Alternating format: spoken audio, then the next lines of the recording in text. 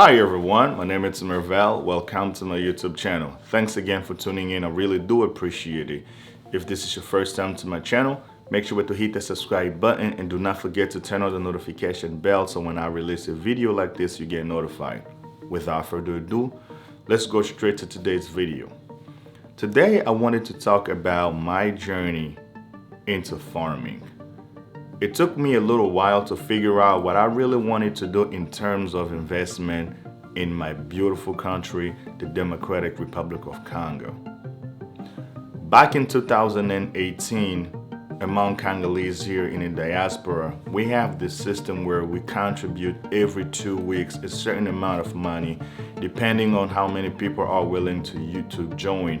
It is called Susu. I don't know who came up with the name, but that's what when I came here, that's why it was called, and I stuck with it. I never questioned where the name came from. I kind of roll with it, but that's not even the topic. So let's get back to the video, okay? Basically, the idea was to help each other save money.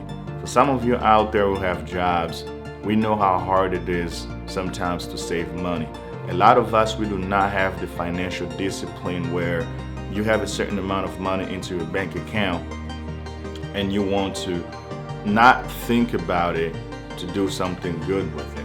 Most of the time when you see a couple of thousands building up in your bank account, you start having all of this unnecessary lusts. Oh, I want to purchase this. You even start buying things that you don't even need. And those are one of the things that keep most African low because we do not have the saving mentality.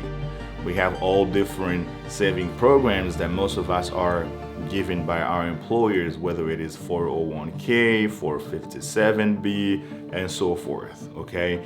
Let me just sum this up by saying that saving money, it's not an easy thing to do. By doing these Susu things, it kind of helped a lot of people build discipline and have a certain amount of money that could help you do a project with.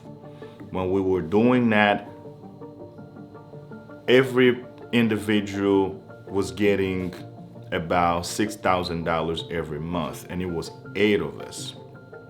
I wasn't still sure what I really wanted to do with the money until it was almost my turn. It was probably 2 or 3 weeks out before I got the money. Then I give my mom a phone call back home. We had a conversation. My mom said, hey, there are available lands in this particular area, not too far from Center City. If you're interested, let me know. I'll go find out what the prices are and I'll let you know. My mom went down there. She found out. She told me what the prices were. And I balanced it out. I was like, this is a lot more affordable than I expected. I was like, Mom, you know what? Give me a couple of days. I'll think about it. Then we'll go from there. A couple of days later, I thought about it. I was like, you know what? I'm in. Let's do this. I got my money, about my $6,000. I sent it back home. My mom was able to get the land for me with the money that everything they asked for, including the paperwork. She went, handled it, did everything. She took, she sent me copies of the documents. I had it, and I'm sitting down. I'm like, good. Now I felt like the sky started closing in on me. I'm like, oh my God, now that I have this, land, what am I gonna do with it? I had no idea what I really wanted to do with my farmland, even after I purchased it. In meantime, my mom started planting different crops. She started growing pondu, and she grew watermelon. She was growing maize at the same time. She asked me, are you not gonna do anything? I said, well, Mom, you can do whatever you wanna do with your money on the farm.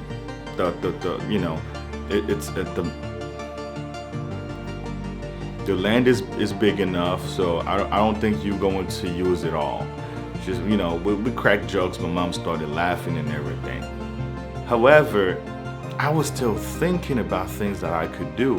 Then I went back and like, my mom is growing this, and once it's available, people can consume it. Oh, this is cool, you know what? I might just do something similar. So the idea of growing stuff on your own and feeding yourself or your family member, it was probably one of the first things that got me excited.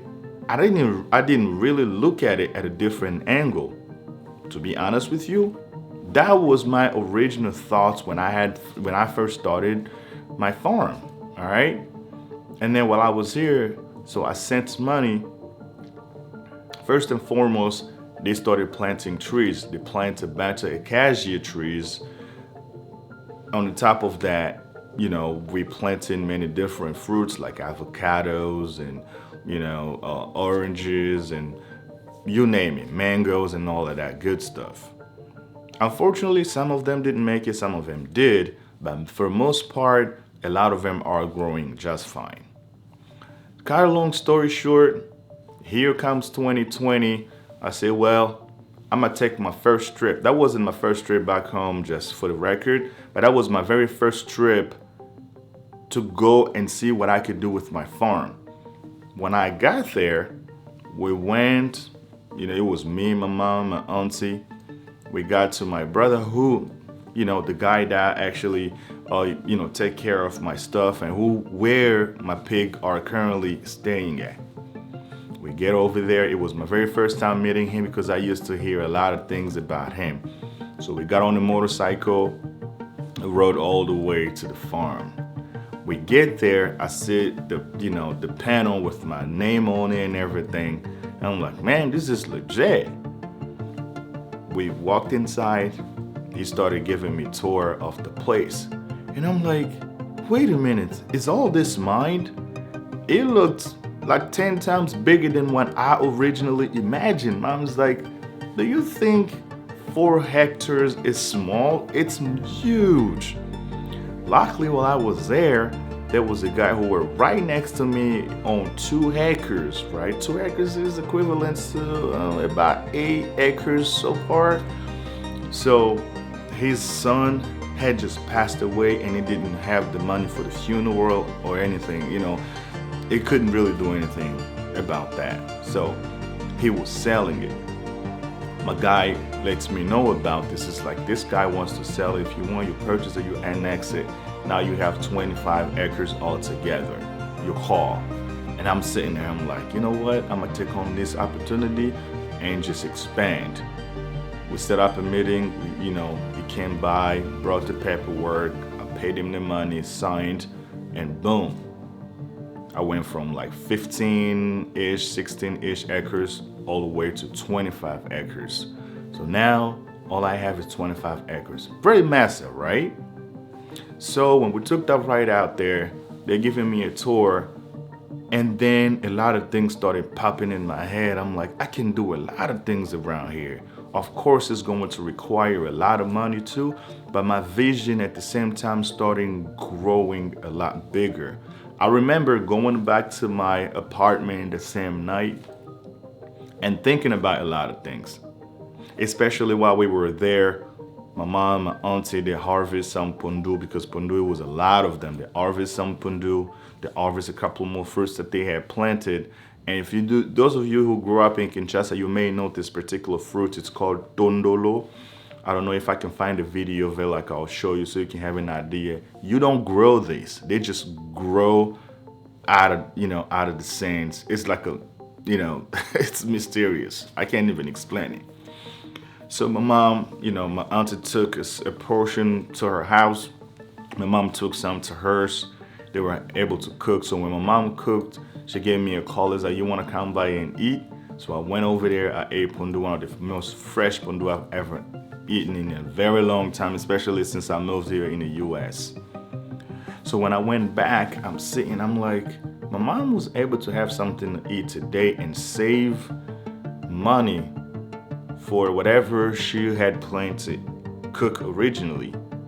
And my auntie as well. But this came from my farm. That right there, it meant a lot to me. And I started thinking more like, what if there are other people that I don't know who are in need of these food products out there? And they're only depending on small farmers like us to bring the food to the table. I said to myself, you know what? I'm gonna do a little more than that. I am going to start animal farming. I called my guy, I asked him, hey, I got an idea. I'm about to start raising pigs. Your advice. If, like, as soon as I say that, it's like I have been waiting to hear this from you. Let's do this. You're never gonna regret it. I said, word. We set up an appointment. A couple days later, I drove down there. We went to this piggery. They had a bunch of different pigs that they were selling. We went out there, purchased two. I started with a male and a female. Unfortunately, the male that I started with, that's the one I just sold. So I had a little shorts on my channel. You can go check it out, where I talked about how much money I got paid for me. I only sold it because there were attempts to steal it. There's something going on in our particular area where this group of guys going around different farms, especially the farms that are not like properly built, it's just a little something to keep the pigs, and there's barely security, and they have been ganging up on these people.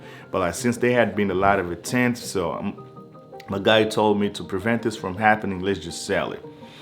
Yeah, that's the sad news, but I'm still left with the female that I started with. My intention is to keep the female around for as long as possible. And now that my farm is complete, and I still got like small things to do to have it 100% complete, then probably before the end of this month, or probably by next month, they should all move there. So when we started with those two, I was very excited as well. And I said to myself, you know what? Things are starting to change. I started spending more money on the pig feeds and many different things. And I said, you know what? This is all worth it because it's gonna pay off in the long run. The sale that I made was a proof that I can do more. I can make a whole lot more money just doing this. And it opened my mind. And I was thinking, I only sold one for $330. And this was like 150-pound pig. But you have pigs that grow up to 250 pounds. Some of them are even 300 pounds. All right. So in the event, I had 10 pigs that weighed 250 pounds. I'm sorry, that weighed 150 pounds. That's $3,000, no question asked. So now, times 10. If I had 100 pigs, all right? If I had 100 pigs, do the math. Just do the math.